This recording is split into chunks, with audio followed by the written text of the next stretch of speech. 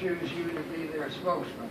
I commend you for your courage. It takes a lot of courage. And I'm sure you rate on the defecation list about 2 spaces below me. Hopefully it'll be all right. Politics is a dirty business. There's one question that everybody is asking, and I would like to answer as best I can. The question is, why do you insist you want to keep retaining the beach as a feeding place? Why? I'll tell you in as few words as I possibly can. Number one, I've been feeding there for 23 years. Good. Praise the Lord. And for 23 years, I haven't had a single merchant come up and say, this is terrible, this is ruining the picture of a beautiful city. Not one. But I do have here, I have a list, I won't bother, but here are like 25 names. I just jotted these before I came in. I could give you another 75 people who come down from places all over the world and help us feed the homeless. Yeah. And you know why they come to that spot? Because they say, this is a beautiful thing you're doing. They don't do that where I'm coming from. And when I was fighting you guys 15 years ago, when I had you in court, I wasn't as generous as I am today. Today, when people come by and they say, this is a beautiful thing, I think it's a wonderful thing that the city cares about people, I let them think that you are the ones who are doing it. And you guys are getting the credit for it, and I hope you should appreciate it. Well, we thank you for that. Aristocrat. Okay. We thank you for that. And actually, since we have an ordinance that's in effect, a law in effect, which allows us to continue feeding on the beach, my belief is that you people are the ones who are in deference of not keeping up that law which says you should allow us to continue feeding the beach. And in that instance, yeah, I'm a Scots lawyer, and I'll continue to be one until justice prevails. My point is this, that I don't know of any religion, no religion, Catholic, Christian, Jewish, Muslim, I don't know of one that does not say right off the top, feed the poor. Yeah. I don't know any religion. They all say, take care of the widow and the orphan. They all say, keep the lower branches of your fruit trees so that the hungry can pick off the lower pieces that are there and can feed and be fed and be happy. These people are godless. The commission is godless. They have the right to make any laws they choose. No, they don't. But there's one thing that we want, and that is we try to spread love among people. Bravo. Love is what we're all about. Love is our name. Love is what we do. Love is what we care about. And I want to speak to a gentleman who had the food truck. Bruce. The food truck. Here he is. Okay. I want to tell you how we prepare food. Anybody who's eaten with Love Thy Neighbor knows that we prepare gourmet food. That's right. The most wonderful food anybody could ever eat. You know why? Because it says right on the side of our truck, it said at every Love Thy Neighbor feeding, the main ingredient we use is love. L-O-V-E. We care about the people. We love the people we take care of. We've been spreading love for 23 years. And the people that I just jotted down in this list, I could add another 75. People have come from all over the world.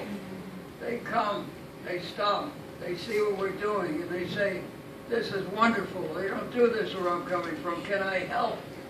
And when I mean can I help, they ask if they can take a spoon and put gloves on, wash their hands, because we require all of that, and help feed the homeless. And they love it. We have people, I have a Canadian family that's called the Hogans, who are wonderful, wonderful people. Nobody is allowed to visit them from Canada unless they first stop and feed and love thy neighbor. That's the rule. You're going to get arrested. Yeah, I might get arrested. I've got to be careful, all right? But the point is simply this. It's simply this. I feel that you, being a reasonable human being, have to understand this.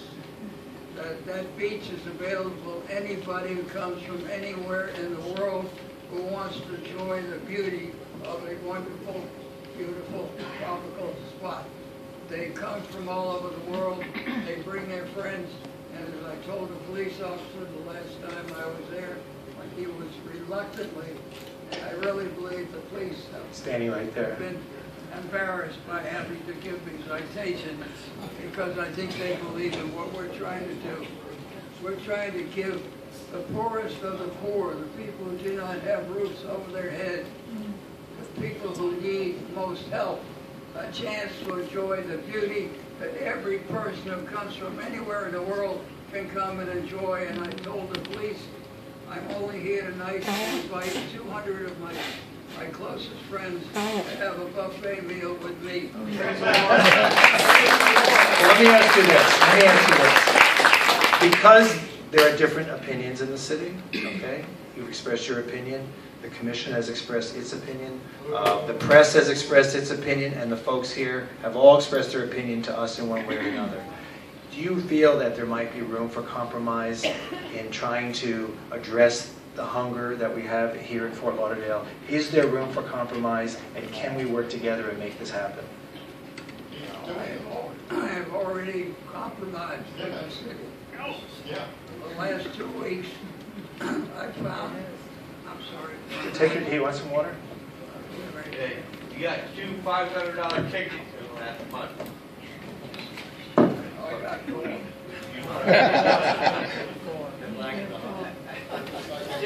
The second was $1,000. $1,000. Okay, the problem as I see it, we did compromise with the city. They asked us if we would give up the Stranahan Park site. I said, we're not married to Stranahan site. The fact is, we want to go where the majority of homeless are located. We want to be where they can get to us. And that seemed to be a concentration point for homeless people. And that's why we were feeding there. We were willing to make a compromise. We found a lovely man, the bishop of the Fifth Avenue Church, the God of Christ, who was kind enough to allow us to use their driveway and their parking lot. So we very happily did it. We've been there 2 Sundays in a row. There's been no problem, and everybody seems to have done beautifully well. And I thank you, sir, for that.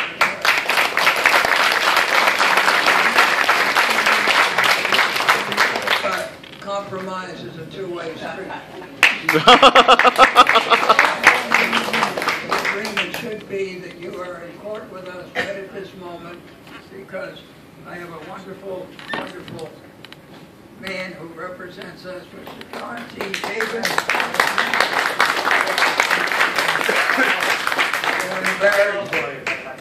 Okay, he embarrassed the city 15 years ago. He embarrassed the city. 15 years ago? Same man. John, let everybody see what a great attorney looks like. He beat you 3 times in the circuit court. The commissioners of the time then had the chutzpah to bring us to the Court of Appeals in Palm Beach, and we beat you twice there. I just want to give you a little forewarning. We're going to beat you again.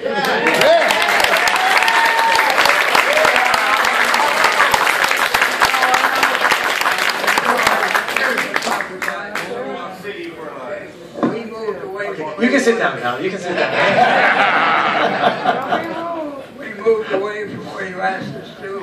We went into another spot. And I think that's commendable. Absolutely commendable. I agree. I appreciate that. My plea is for all of the other feeding groups. They don't all have the facilities we do. I want to ask Bruce or tell you that what we do is we prepare our food according to all of the laws of sanitation. We teach a class on cooking and sanitation. You gotta understand that. We have students who prepare our food. We put our food in insulated boxes. We have 12 cans that come. Everything is insulated. It keeps the food at 400 degrees.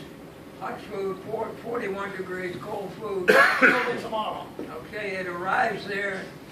Everybody washes their hands with hot soapy water. Everybody dries it with a single-use towel. Everybody puts on gloves before they touch our food. We follow your rules, sir. Other people are not able to. Give them a break. Amen.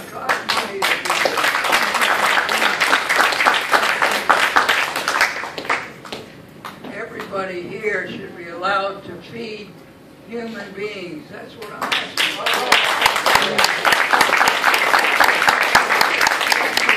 I'll tell you something about the shelters, okay?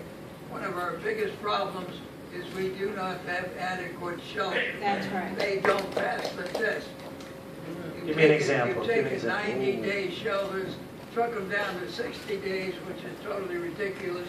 You can't rehabilitate anybody worse than a year, never mind 60 days. You were referred to the HAC, the Homeless Assistance Center. I worked out of there for 5 years. I know pretty much what goes on there. They do little or nothing to help the people who are in there because they let them come in the morning, let them go out early. They have to be in by 6:30 or 7:30, whatever that time is. During that period, they can do whatever they please. They're not teaching them anything, not giving them anything to go on. Your other shelters have now become 60-day shelters. Our course, the Love Thy Neighbor Culinary Skills Training Course, is a 9-week course in which we teach the fundamentals of cooking and every sanitation law there is. We do better than McFatter as far as our graduates, and we go to McFatter 2 days a week with our students. So what has to happen, if you have 3 shelters, basically they take a total of 600 people, what are you going to do with the other 1,000? Whether I've heard figures from 4,000 to 10,000. We know there's no accurate figure of homeless people. There is none. Because it keeps changing. It changes all the time. Many of your homeless people have enough pride they will not answer personal questions that are asked of them, so that they want to be doing their own thing. You're right. Why don't all homeless people go into a shelter? Because they don't want to.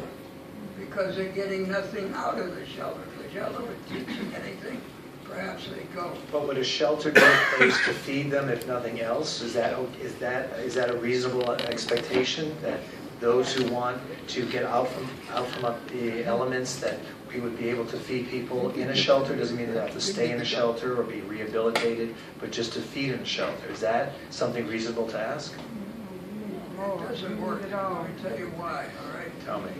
We have a culinary skills training program.